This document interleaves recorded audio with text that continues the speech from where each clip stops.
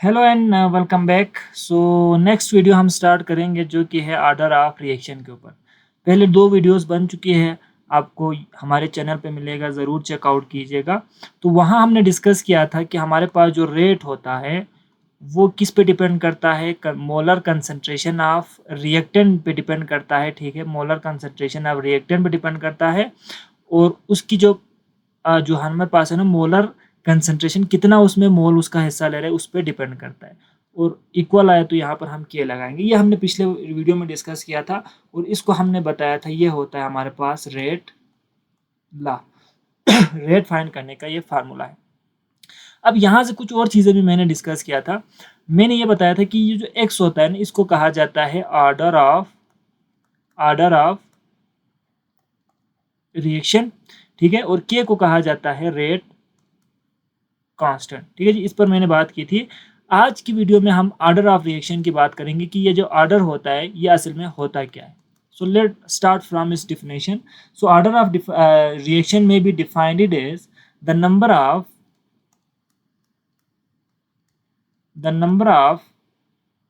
molecules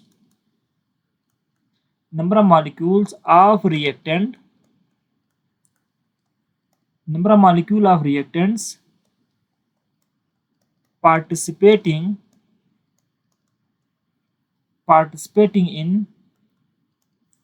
in rate determining step is known as order of reaction. ठीक है जी, यहाँ से हमें दो चीज़ों का पता चलता है कि it is a number of molecule, एक नंबर है, तादाद होता है, ऑफ रिएक्टेंट की ये तादाद है जो कि पार्टिसिपेट कर रहा है रेट ऑफ रिएक्शन पर। यानी रेट डिटरमिनिंग स्टेप क्या होता है इस पर हम नेक्स्ट वीडियो में ज़रूर बात करेंगे। ठीक है, लेकिन यहाँ पर एक चीज़ जो हमें पता है, रेट डिटरमिनिंग स्टेप क्या होता है, ये वो स्टेप होता है, जब हम मैकेनिज्म में पहुँचेंगे आपको ये समझ में आ जाएगा कि वो स्टेप होता है जो कि रेट को इन्फ्लुएंस करता है। यानी उस स्टेप में जो मोल पार्टिसिपेट कर रहे हैं ना, उसकी वजह से या तो रेट इंक्रीज होता है उसको बढ़ाने से, या उनको कम करने से रेट डिक्रीज होता है। ठीक है, सो ऑर्डर ऑफ रिएक्शन हमें क्या बताता है कि कोई भी रिएक्शन हो तो उसमें कितना मोल हिस्सा ले रहा है, उसके हवाले से हमें ये ऑर्डर ऑफ रिएक्शन बता रहा होता है। ठीक है जी, तो फॉर एग्जाम्पल मैं आपको एक एग्जाम्पल देता हूँ। मेरे पास एक रिएक्शन है, ठीक है, ए प्लस बी, और मेरे पास क्या बन रहा है बेटा, मेरे पास बन रहा है सी प्लस डी। अब यहाँ पर नंबर ऑफ मॉलिक्यूल की बात करें तो मिसाल तो पर ए की ए मोल हिस्सा ले रहा है, बी का बी मोल हिस्सा ले रहा है, सी का सी मोल और डी का डी मोल हिस्सा ले रहा है। ठीक है, सो रेट ऑफ रिएक्शन क्या होता है, इसका रेट क्या होगा, इक्वल है के हो जाएगा। ठीक है, और सिर्फ रिएक्टेंट पे डिपेंड करता है, प्रोडक्ट की हम बात नहीं करेंगे क्योंकि नंबर ऑफ मॉलिक्यूल और रिएक्टेंट है ना। सो ए का ए मोल हिस्सा ले रहा है और बी का बी मोल हिस्सा ले रहा है। ठीक है, so this small A and small B is the order of reaction. ठीक है, तो ये हमारे पास ए का ए ऑर्डर है और बी का बी ऑर्डर है। और अगर हमसे पूछा जाए ओवरऑल ऑर्डर कितना होगा इस रिएक्शन का, सो इसका ऑर्डर कितना होगा, हमारे पास देखो इसका ऑर्डर हो जाएगा ए प्लस बी। इन दोनों को प्लस करके जो भी वैल्यू आएगा ना, that is the order of reaction. ठीक है जी, तो इस तरीके से आप ऑर्डर को फाइंड आउट कर सकते हो। लेकिन एक चीज जो हमने यहाँ पर याद रखना है बेटा, जो ऑर्डर ऑफ रिएक्शन है, आप रिएक्शन को देख के, जो मैंने इससे पिछली वीडियो में भी डिस्कस किया था, आप रिएक्शन को देख के कभी भी नहीं बता सकते कि इसका ऑर्डर कितना होगा। जैसे मैंने यहाँ पर ए का ए, बी का बी लिखा है ना, बट ये मैंने जनरली आपको समझाने के लिए लिखा है। बट ऐसे आप रिएक्शन को देख के कभी भी नहीं बता सकते कि कितना मोल जो है ना रिएक्शन का पार्टिसिपेट कर रहा है। It can only be determined by experiment. आप जब तक एक्सपेरिमेंट नहीं करेंगे, आपको कितना मोल ऑर्डर में हिस्सा ले रहा है, कितना ऑर्डर है उसका, वो आपको कभी भी पता नहीं चलता। ठीक है, सो इसका एक और डिफिनेशन यहाँ से सामने आता है हमारे पास ऑर्डर का, वो भी हम यहाँ लिख लेते हैं। सेकेंड डिफिनेशन इसका क्या होगा, हम इसी रिएक्शन से आगे लिखेंगे। ठीक है बेटा, जो अभी हमने यहाँ पर लिखा है ना, इसी से हम आगे लिखेंगे। तो वो हमारे पास क्या है, हाँ, तो हम इस तरह से लिख सकते हैं। इसका जो दूसरा डिफिनेशन है वो क्या है, हम ये लिख सकते हैं कि it is defined as the sum of all the sum of all the exponent the sum of all the exponents to which to which molar concentration term to which molar concentration terms in the rate equation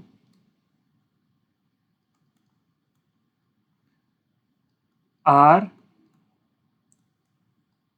rest. ठीक है जी, तो यहां से हमें क्या समझ में आता है, it is a sum of all the exponent of molar concentration term in the rate equation rest. यानी जो रेट इक्वेशन है, ये है ना हमारे पास रेट इक्वेशन, इसमें जो मोलर कंसंट्रेशन के ऊपर जो हमारे पास टर्म ऊपर जो एक्सपोनेंट में लिखा हुआ है ना, इन दोनों को प्लस करने से जो वैल्यू आती है, ठीक है, प्लस करने से उसको भी ऑर्डर ऑफ रिएक्शन हम कह सकते हैं। तो दो डिफिनेशन यहाँ पर है, आपको जो आसान लगे वो आप याद कर सकते हैं, लेकिन अहम चीज़ क्या है, इस कॉन्सेप्ट को समझना है। अब हम ज़रा बात करते हैं इसके टाइप्स की। ठीक है, types of order of reaction,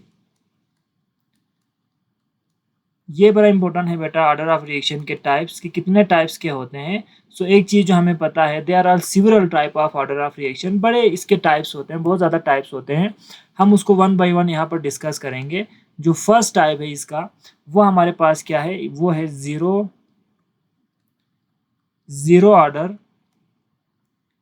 order reaction. ठीक है, जीरो ऑर्डर रिएक्शन क्या होता है, जीरो ऑर्डर रिएक्शन हम ये कह सकते हैं ना कि a reaction that is independent of the concentration of reactant molecules। यानी मॉलिक्यूल रिएक्टेंट पर डिपेंड ही ना करे, इंडिपेंडेंट हो, रिएक्टेंट के मॉलिक्यूल पर डिपेंड ही ना करे, तो उसको कहा जाता है zero order reaction. For example, एक एग्जांपल हम लिख लेते हैं। हमारे पास NH3 है, अमोनिया है, वो डिकम्पोज हो रहा है N2 में, और साथ में हाइड्रोजन में ये डिकम्पोज हो रहा है। ठीक है, बैलेंस करना है तो यहाँ 2 लगाओ। सो ये जो रिएक्शन है, इसका जो रेट होता है, ठीक है, वो क्या होता है हमारे पास, कि NH3 का जीरो ऑर्डर, इसका जीरो होता है। जीरो से क्या मुराद है, यानी आप जितना भी इसकी कंसंट्रेशन को इंक्रीज या डिक्रीज करो अमोनिया की, इसका रेट पे इफेक्ट नहीं पड़ेगा। ग्रेजुअली आहिस्ता आहिस्ता आहिस्ता इसकी कंसंट्रेशन कम होगी और इन दोनों की कंसंट्रेशन इंक्रीज होगा, रेट इंक्रीज या डिक्रीज नहीं होगा। सो ये हमारे पास होता है जीरो ऑर्डर ऑफ रिएक्शन। अब हम जरा बात करते हैं इसके दूसरे टाइप की, जो कि हमारे पास है first order reaction. First order reaction, first order से हमें नाम से समझ में आ रहा है कि एक मोल पे डिपेंड करेगा। ठीक है, फर्स्ट ऑर्डर से क्या मुराद है, 1 मोल पे डिपेंड करेगा। तो हम ये लिख सकते हैं कि रेट ऑफ रिएक्शन, इसका डिफिनेशन क्या होगा, rate of reaction is directly proportional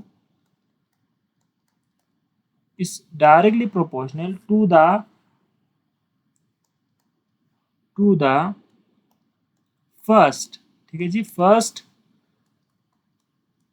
first power of the concentration of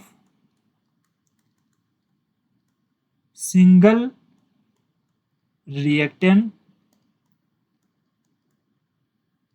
molecule. ठीक है बेटा, तो फर्स्ट ऑर्डर हमें क्या बताता है, ये डायरेक्टली प्रोपोर्शनल होता है फर्स्ट पावर के, यानी एक मोल पे डिपेंड करेगा सिंगल रिएक्टेंट के। एक से ज़्यादा रिएक्टेंट हो तो सब पे डिपेंड नहीं करेगा, सिर्फ एक रिएक्टेंट पे डिपेंड करेगा, और उसके सिर्फ 1 पावर यानी फर्स्ट मोल पे वो डिपेंड करेगा। डायरेक्टली प्रोपोर्शनल क्या है, यानी अगर आप उसको एक गुना उसके कंसंट्रेशन को इंक्रीज करोगे ना रिएक्टेंट का। मैं यहाँ एग्जांपल देता हूँ। फॉर एग्जांपल मेरे पास है N2O5, ठीक है, and it is converted into 2N2O4 plus O2। ठीक है, this is the reaction.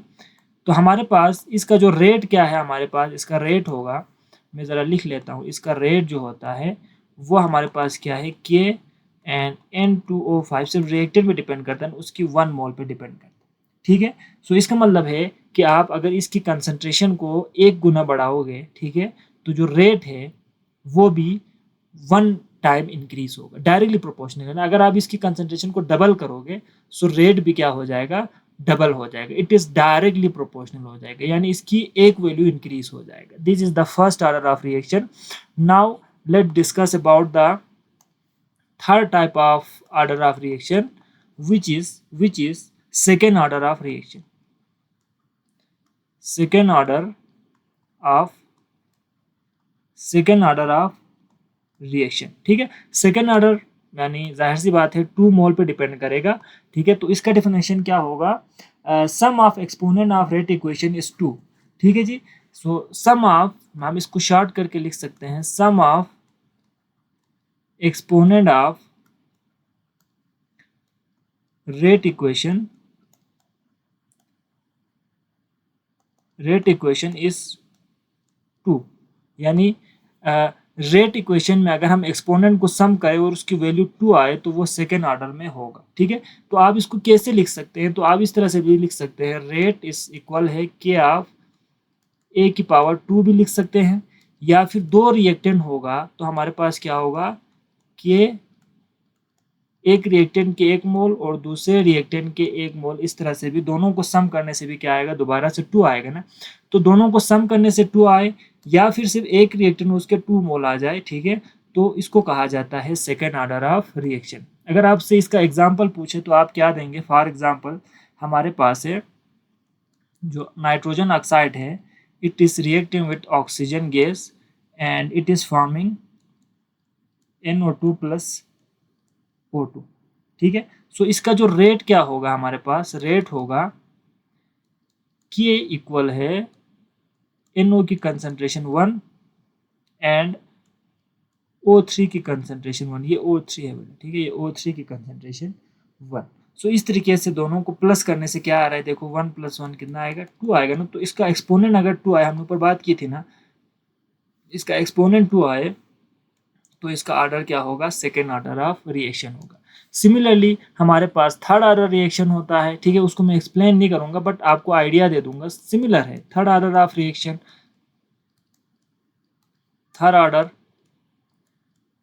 Of reaction हमारे पास एक होता है, ठीक है। इसी तरह से हमारे पास एक और टाइप है इसका, वो हमारे पास है, सॉरी मैंने ये 3 नहीं था बल्कि ये 3, ये 4 था और ये 5 था, ठीक है। ये हमारे पास 4 टाइप था, ये हमारे पास 5 टाइप था। हमारे पास आता है फ्रैक्शनल ऑर्डर ऑफ रिएक्शन भी होता है, फ्रैक्शनल ऑर्डर ऑफ रिएक्शन भी होता है, एंड इसका 6 पार्ट है, वो हमारे पास है pseudo order of reaction. So ये हमारे पास total 6 type of order of reaction होता है। अगर इनको मैं एक्सप्लेन कर दूं सिंपल है, तो इसमें जो एक्सपोनेंट का जो सम होता है वो 3 आना चाहिए, ठीक है। वो 3 अलग अलग रिएक्टेंट भी हो सकता है, एक ही रिएक्टेंट के 3 मोल भी हो सकता है, 2 का 1 मोल और 1 का 2 मोल भी हो सकते हैं। तो एक्सपोनेंट इसका 3 आना चाहिए, और इसमें जो सम ऑफ एक्सपोनेंट है वो फ्रैक्शन में आना चाहिए, जैसे 1/2 हो गया, 2/3 हो गया, 4/5 हो गया। सो इस तरह से फ्रैक्शन में अगर उसकी जो एक्सपोनेंट आ जाए, सम ऑफ एक्सपोनेंट, ठीक है, एक रिएक्टेंट भी हो सकता है, 2 रिएक्टेंट भी हो सकते हैं, वो हमारे पास फ्रैक्शनल ऑर्डर ऑफ रिएक्शन है। और सीडो ऑर्डर ऑफ रिएक्शन क्या होता है, इसमें जो एक्सपोनेंट है, सम ऑफ एक्सपोनेंट, वो 1 आना चाहिए, ठीक है। सीडो और हमारे पास जो फर्स्ट ऑर्डर ऑफ रिएक्शन है, दोनों तकरीबन सिमिलर है, बट यहाँ पर क्या होगा, हमारे पास एक चीज़ यहाँ पर हमने लेना है, वो ये है ना कि सीडो और उसमें क्या डिफरेंस है। तो सीडो में हमने जो हमारे पास फर्स्ट ऑर्डर रिएक्शन में सिर्फ एक रिएक्टेंट का होना चाहिए था ना, एक रिएक्टेंट के मोल पे डिपेंड करेगा, सिंगल रिएक्टेंट के। बट सीडो में क्या होता है, हमारे पास 2 रिएक्टेंट होगा, उसमें से एक के मोल पे तो ये डिपेंड करेगा, एक के 1 मोल पे, लेकिन जो दूसरा मोल होगा जैसे बी है, वो किस में होना चाहिए, वो एक्सिस में होना चाहिए। एक्सिस से क्या मुराद है, यानी इसकी तादाद इतनी ज़्यादा होनी चाहिए कि रिएक्शन के रेट पर ये असर ही ना करे। सो ऐसे रिएक्शन को कहा जाता है pseudo order of reaction. So pseudo और फर्स्ट में थोड़ा सा हमें कन्फ्यूजन होता है, बट डिफरेंस क्या होता है, फर्स्ट में मैंने अभी आपको बताया सिर्फ एक ही रिएक्टेंट होता है और उसके 1 मोल पर डिपेंड करता है, बट सीडो में दूसरा रिएक्टेंट भी होना ज़रूरी है जो कि एक्सिस में होता है, यानी उसका एक्सिस में कौन सा होता है, हमें पता है सॉल्वेंट होता है ना, तो सॉल्वेंट के अंदर अगर वो हल हो और फिर ये रिएक्शन प्रोसीड हो जाए, ठीक है, तो ऐसे रिएक्शन को उसका ऑर्डर 1 हो तो उसको हम कहते हैं सीरो ऑर्डर ऑफ रिएक्शन। तो इस तरीके से हमारे पास ऑर्डर ऑफ रिएक्शन की पूरी जो वीडियोस है वो कंप्लीट हो चुका है। सो इसमें से किसी भी हवाले से आपके पास क्वेश्चन है तो आप मुझसे ज़रूर पूछ सकते हैं, ठीक है। लेकिन एक अहम चीज़ ये है ना कि इस वीडियो को आपने समझना है कि ऑर्डर क्या होता है और ऑर्डर को कैसे आप फाइंड आउट कर सकते हैं और उसके टाइप क्या है। सो मिलते हैं नेक्स्ट वीडियो में, अपना ख्याल रखिएगा। Thank you very much.